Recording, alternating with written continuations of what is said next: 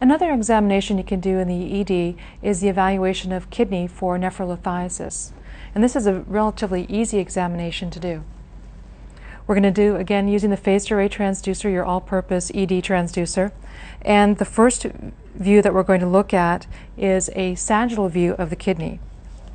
So I'm going to start on the right side, but I will do both sides to show you how to do an evaluation on both sides. And we are going to go in with the orientation marker pointing to the patient's head. So this will be a sagittal view. And I'm going to go in fairly laterally. With this starting point, I can quickly identify where the kidney is. In the anterior aspect of the image, you see the liver, and immediately posterior to that, you see a crescent-shaped organ, which is the kidney. And so what I want to do is evaluate in a long view, sweeping medially and laterally, looking at the cortex to determine if there's any echogenic or bright shadowing stones. So I can evaluate the superior pole, sweep from side to side, and come and look at the inferior pole, sweep from side to side, and look in the mid pelvis area of the kidney to determine if there's hydronephrosis, an indirect sign of nephrolithiasis. Once I've finished the sagittal sweep, I'm going to turn the transducer so it's in a transverse view with the marker to the patient's right. And using the same window as I did for the sagittal view, identify the kidney. It'll now appear as a horseshoe shape.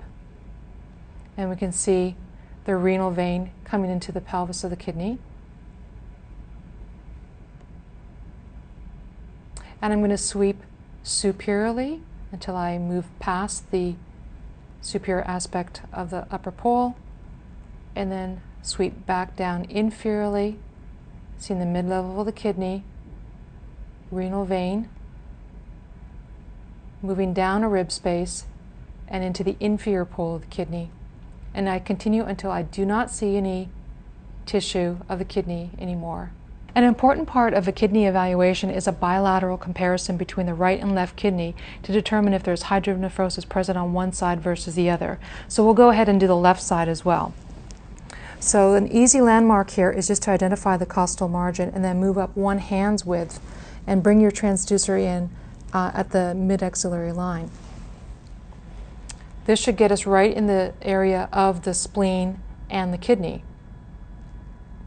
You may need to move up a rib space or two to determining on how high and how small the spleen is, because you're using the spleen as your window to evaluate the kidney. So if I move up a little bit, I can see the superior part of the kidney on this ultrasound image. And I'll just sweep from side to side. Again, looking at the cortex of the kidney, looking at the renal pyramids, and also trying to determine if there is hydronephrosis present. And then I'm going to move down one rib space, evaluate the lower pole of the kidney, and sweep medial to lateral to make sure I've looked at all of the tissue, because these stones can be quite small, so you have to do a very thorough evaluation. Once I've completed this view, I'm going to turn the transducer to a transverse view. So I'm going to turn the transducer counterclockwise, and the marker again will face the patient's right.